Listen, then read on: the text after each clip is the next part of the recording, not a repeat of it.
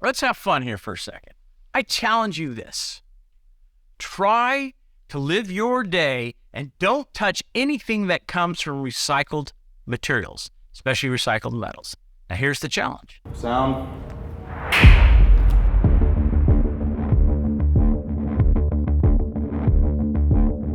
Virtually everything that we all touch each and every day is made from recycled materials.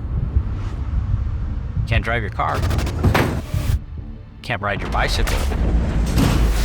Can't get on public transportation. Can't get in an airplane. Can't get on a road. Can't go to a hospital. Can't go to a school. In fact, I'm not sure the house you live in can be had because so much of the content comes from recycled materials. So have fun. Go ahead, go out there, and don't touch anything that comes from recycled material. I don't think you're going to be able to do it. And that's the point of this docuseries.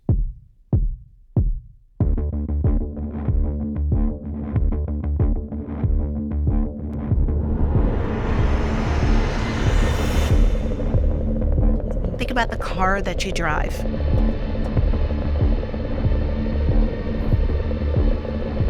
%70 of all steel produced in the U.S. is produced from recycled material.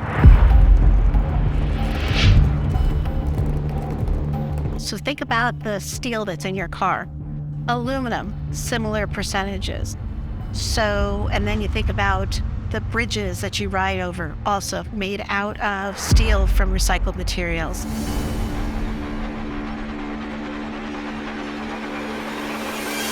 All right, let me get aggressive on this. I'm going to get aggressive. What has value and what is waste? You know, our industry is called the junk business and the waste industry. And that's just outright ridiculous. Why? Well, let's talk about metals right now. Let's talk about gold. Would anybody consider gold junk? Would anybody consider gold waste? Of course they wouldn't. Why? Because gold is found in jewelry. Gold is in coins for monetary exchange and electronic components. Gold is used over and over. So nobody would ever call gold junk. Nobody would ever call gold waste. Why? Because it has value and it has a use in commercial business. Infrastructure, the basic infrastructure that buildings are made out of. Think about the pipes, think about the rebar, think about the building materials. Much of that comes from recycled materials. Let's talk about copper for a second. Now we're getting into a different area. And then you think about the supplies that are needed in that hospital, for example, or the desks in a school, the metal beds in a hospital. Those are all made from recycled materials. Just take a look at this piece of copper wire. This is what's transmitting electricity through the grids throughout this country and throughout the world.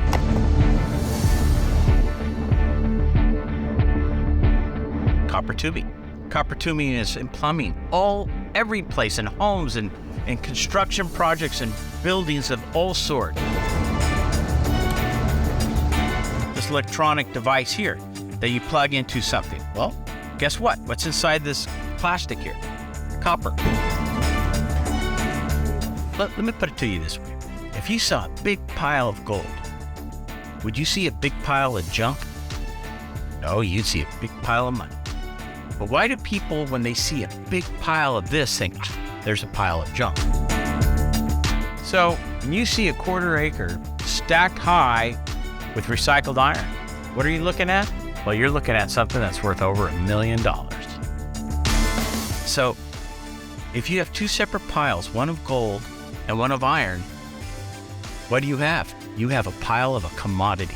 You have a pile of something worth lots of money. Without recycled iron, our daily lives would be impossible to live. We don't think about it because it is something that happens as part of our economy and our manufacturing supply chain that runs very well and just shows how well recycling works in the U.S. today.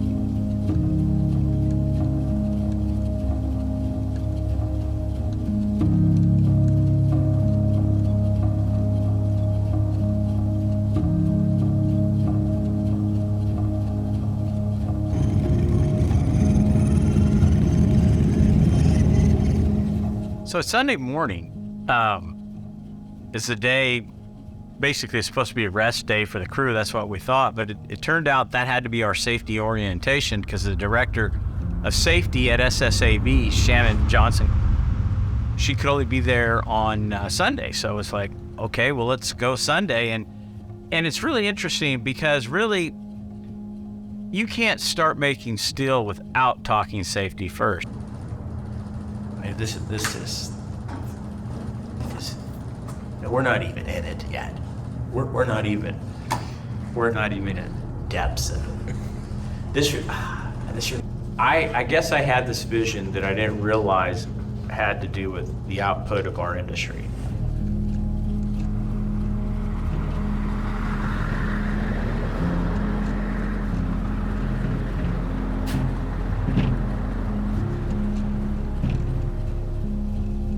When people drive by a recycling facility, they call it junk yards, scrap yards.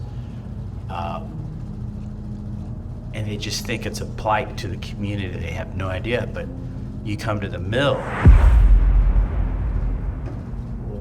What's the mill doing? It's making new steel. And it's really interesting because really, you can't start making steel without talking safety first. Because it's an incredible experience to be inside of a steel mill, but let's face it, it's inherently dangerous. If you're not properly in the right mindset to enter a steel mill, accidents can happen and they can be deadly.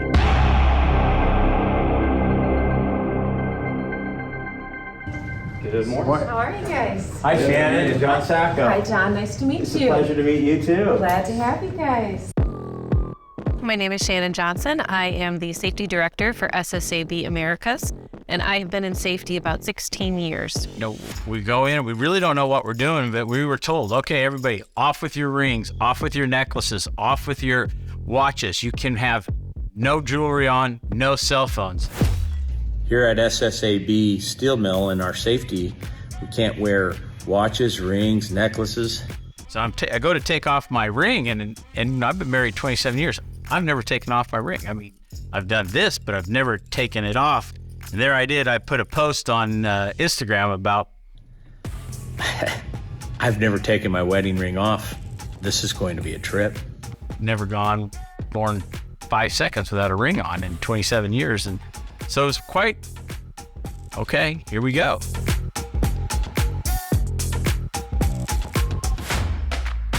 If you are not on your game and you're working in the steel mill, there could be a deadly accident. And there we're just walking, we're kind of, oh wow, because you can feel, you can see a slab of steel going down and you're like wanting to look, but you're having to follow. And I'm walking, we're all excited, and all of a sudden, boom, I get this arm right in front of me to stop me because I've never been told this. In a steel mill, you have to look up. Safety is a holistic approach. It has to have every single individual on our site involved in it. And it has to be ingrained in every process that we have within our facility. And when you're in that heat and you're in that atmosphere and you've got a lot of moving parts, you need people to be watching out for you. What we focused on here in the evolution of our safety currently is behavior-based safety. There are a lot of potential hazards throughout the facility, regardless of which department that you may work in. The challenge with individuals is that everybody has a different level of acceptable risk. So you deal with the human element that varies from day to day, hour to hour, and that's probably one of the biggest challenges within safety beyond, the industry hazards that are presented. What's crazy is you're trying to pay attention to the safety discussion, and all of this around that you just isn't part of your daily life is happening around you, and you want to stop. Wait, what's that? But no, we were on track to go talk about safety and to follow her instructions, and to have our discussion about safety in a place where she felt delivering it brings home the value of safety. Yeah, the human element is a fascinating thing, because you could have all the SOP, You can have all these training and all that, but it's that human who shows up every day. How do you deal with that? What do you do as director and in your team to work with the human element? The human element can vary from day to day, hour to hour, depending on what the employee is experiencing, whether that's on the job or off the job. And it's probably the most biggest challenge in safety because you don't know what you don't know. And everybody has a different way of mitigating those potential human factors. So we have implemented a behavior-based safety approach to safety where it's a 4-year training program, and it's basically teaches you to recognize if you're in any state. So if you're rushing, frustrated, fatigued, or complacent, you can self-trigger on those. And then we give them the tools to help mitigate if you do become, in those states. Because the more states that you're in, the more likely you are to have a critical error where you put yourself in the line of fire or, in a hazardous situation. What's incredible is they have this thing called you have to check in. And what does that mean? You have to check yourself. Each individual employee has to check themselves, and they're being also, the other employees are watching, because you might be having a bad day.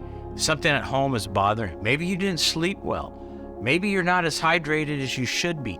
Maybe you're frustrated with a coworker. Maybe there's some things that are keeping you from being focused on your job. And when somebody stops work, that's considered what, a near miss, an observation. How do you deal with that? How do you, not to incentivize your people to not cower under the thought, well, if I stop work, people are going to look down on me. How do you incentivize that or encourage that we're that person who makes an observation of unsafe operation, that it's okay? Yeah, I think it's providing positive reinforcement, right? And thanking the people that bring those things up.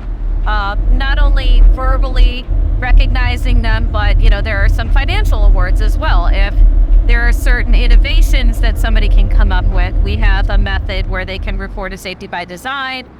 They're given an award, and it encourages that continued behavior.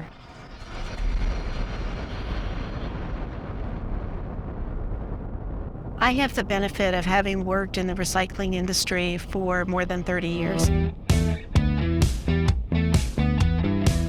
We started a metals recycling facility to understand that that's where new steel making begins in America.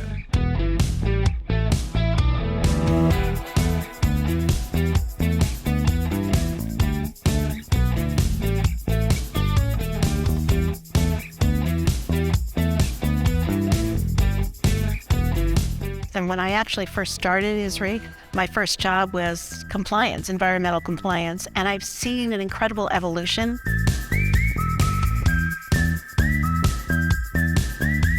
Because when you think about over 70% of all new steel is made from recycled iron, where does the recycled iron come from?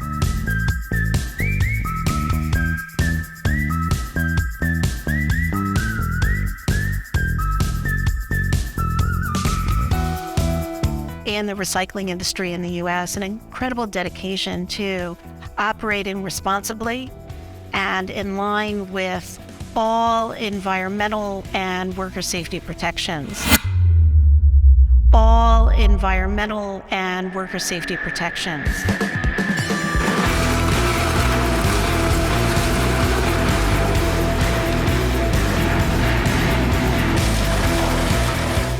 Has to come from materials recycling facilities that handle metals. So we'll call them metals recycling facilities.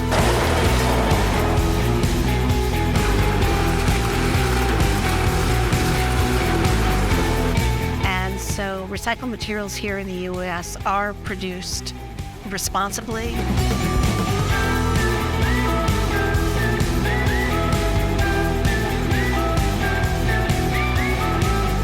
Throughout America that are processing recycled iron on a daily basis, which feeds the steel mills the raw materials they need to make new steel.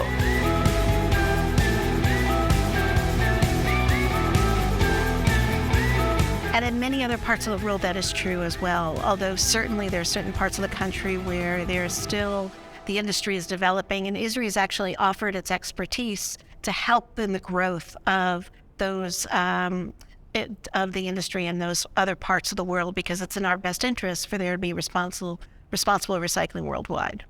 It all starts there, because without that, where would the electric arc furnace steel mills get their raw material to make new steel? Wouldn't happen. So we have to understand it all starts in a metals recycling facility.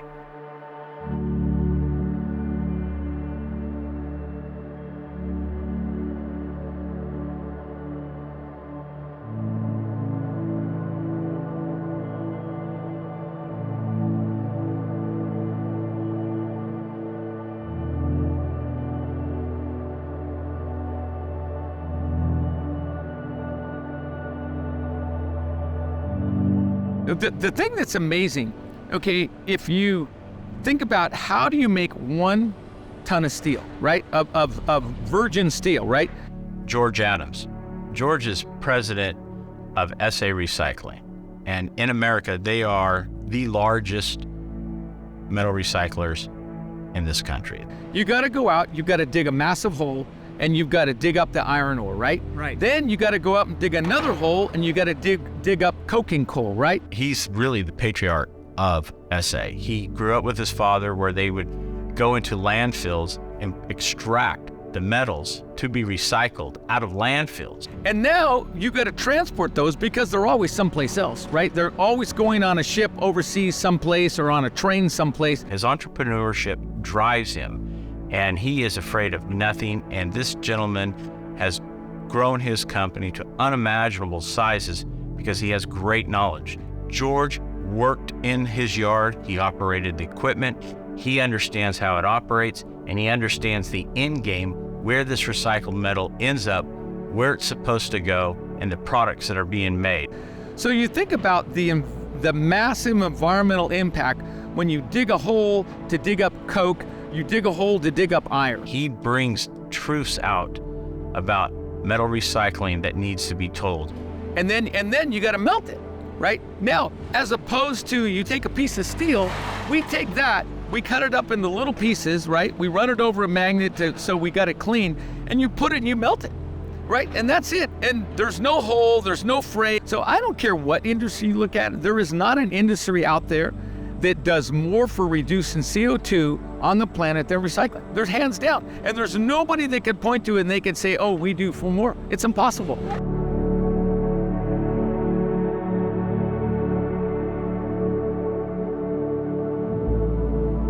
Honestly, society needs to open their eyes and understand that the industry that makes that possible is the commercial and industrial recycling industry. It's the scrap metal industry. And as a society, we've got to think about how we support that industry, how we make it possible for them to operate. Because if they weren't operating, it would be tragic what we would see. It would be tragic, the implications of that on our society and on the world that our children would be forced to live in if we didn't think about how can we make that industry work better. And then you look at an electric arc furnace that takes recycled product, makes it into new in the most effective, efficient way possible. It gives us hope that we can actually reduce our own carbon footprint here in the States. And we've been doing it. And over time, the older facilities are being eliminated. Newer, incredibly sophisticated, incredibly efficient facilities are producing world-class steel today. Green steel is here today. I would never have thought we could say that, but we are generating green steel in the United States today.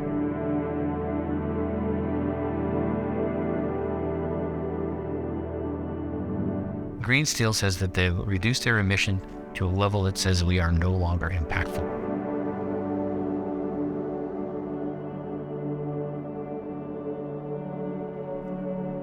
Success in safety, I don't know that you ever really reach it. A lot of times it is measured by lagging indicators or injuries. We have had a fantastic year in safety, and we actually had a record year in safety last year. So I feel as though if you wanted to define success, some would say that we have a successful safety program. But to me, we're just beginning, because when you reach those milestones, your work is just starting with complacency. And complacency is where you have those human elements that are uncontrollable, and you really can't define what they are, and there's no, silver bullet for them. So that being said, success to me is when everybody goes home the way they came in, and that we have a positive culture, that people feel cared about, and people feel that this is their family, and no matter where they are or what they're doing on site, that SSAB cares about them, and we're going to do whatever we need to do to keep them safe. So we make our way to this catwalk to do the interview with Shannon that overlooks what the steel mill calls their scrapyard. And there you start seeing the essence of where it begins at the mill. They're receiving rail cars and trucks from Altered, we saw them come in, and rail cars from around the country that are bringing in recycled iron to make new steel. And that's where it all starts. From a metal recycling facility, which we were at the day before at Alter, and you actually see some of the trucks that came in that from the same metal we saw processed arrives at the mill. You start understanding the marriage, the necessity of the two. A steel mill cannot operate without a metals recycling facility. A metals recycling facility can't operate without an outlet for the metals it recycles. So there it is. It's all starting to come together for us.